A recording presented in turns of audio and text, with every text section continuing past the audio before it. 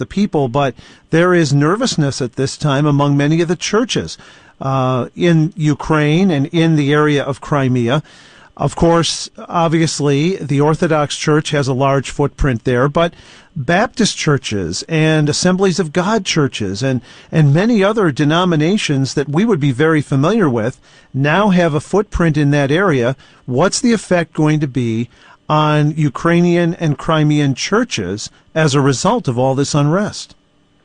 It's a great question, and what we can say historically is that Ukraine, during the Soviet era, was kind of the Bible Belt of the Soviet Union. So there is kind of a history of evangelically oriented churches in that region.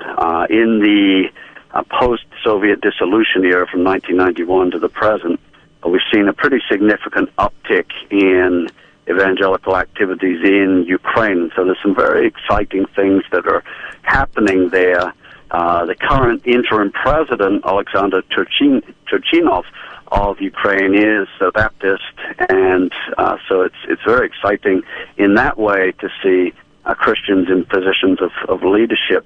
The danger is that if Russia has now formally annexed Crimea and Sevastopol, then there's the potential that Russian-dominated policies will come to pass, and that is typically a level of favoritism towards the Orthodox Church, and there are some other religions that have been given a favored status in Russia under Putin's reign from about 1999 to the present. So what I would foresee is less freedom for evangelically oriented churches to operate. The good thing is that we serve a sovereign God, and He can work in any way and under any circumstance.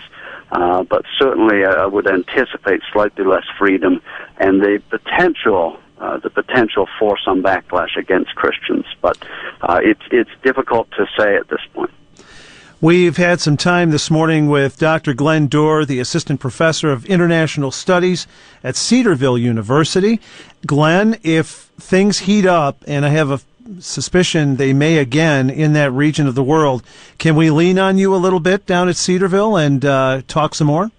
Absolutely, yeah. We've hosted a number of forums at Cedarville talking about the potential of what may happen in this part of the world, and it would be my pleasure to talk more. Great. Now, I know there are a great many people who know you from your time with the City Stars and when we worked together on Sports Time Ohio doing the Cleveland City Stars games. A lot of folks went to church with you in your church walk here in Northeast Ohio. Tell us what it's like for you and your bride to be parents, because that's pretty recent, isn't it? Indeed, yeah. We have a 2-month-old son. His name is Declan Duerr.